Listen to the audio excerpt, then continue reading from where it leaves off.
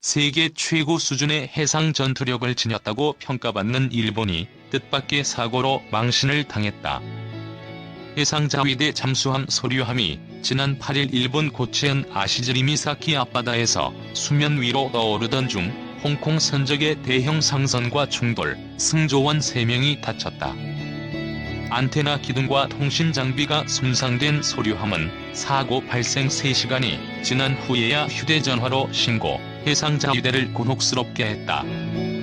잠수함 안전 운항과 작전은 성능 못지않게 운영 체계를 충실히 갖추고 이행해야 가능하다는 점을 다시 한번 일깨운 셈이다.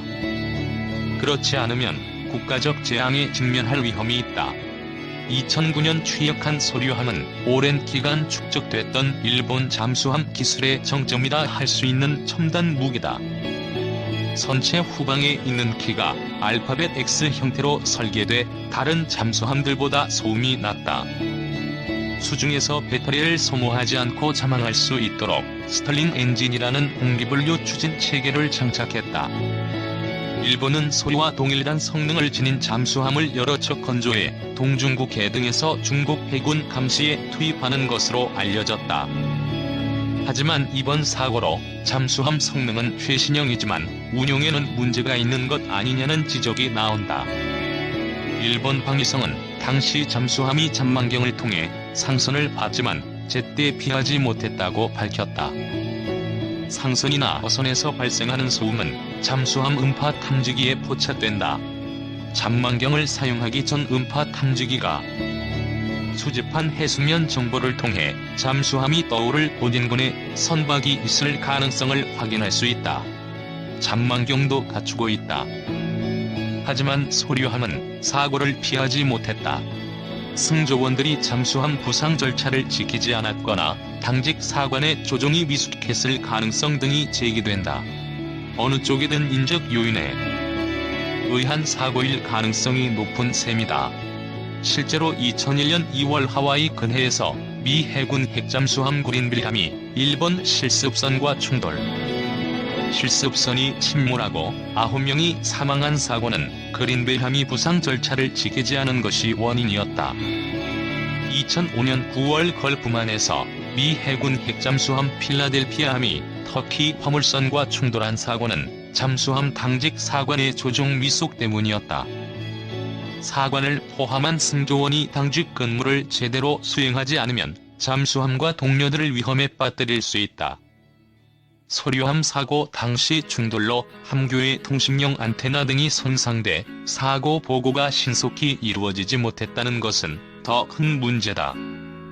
사고 소식은 소류함이 휴대전화가 가능한 지역까지 이동하느라 오후 2시 10분에야 해상자위대 사령부에 보고됐다.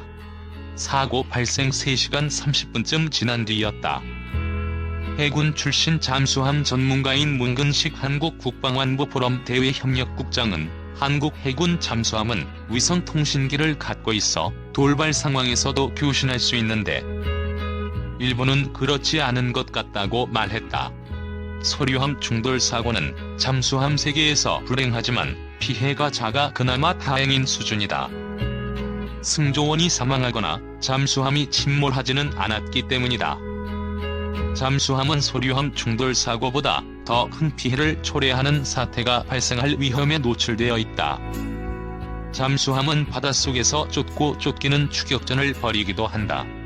미국과 러시아, 중국 등 강대국들의 핵잠수함들은 상대방의 위치와 경로 등을 추적해 소음 수준과 특성, 작전 형태를 파악하는 데 주력하는 것으로 알려졌다. 이를 위해 의도적으로 가깝게 상대방 잠수함에 접근했는데 뜻하지 않게 부딪히는 사고가 발생한다.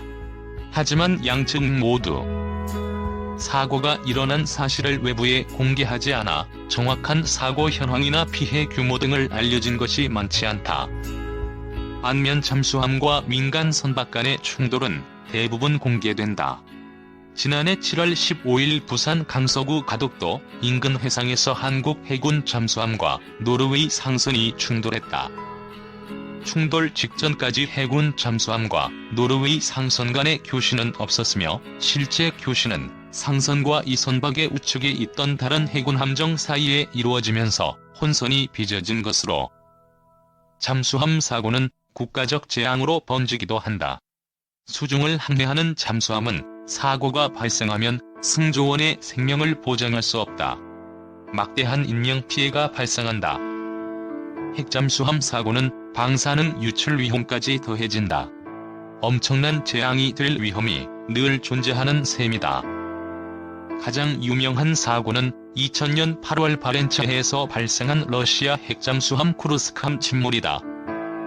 함수의 어뢰 2기가 폭발하면서 쿠르스크함은 수심 108m 해저에 가라앉았다. 이 사고로 승조원 118명이 숨졌다. 구조 과정에서 러시아 정부와 해군의 난맥상이 드러나면서 블라디미르 푸틴 대통령을 곤혹스럽게 했다. 2017년 11월에는 아르헨티나 해군 잠수함 산화람이 승조원 44명을 태우고 기지로 귀환 도중 실종됐다.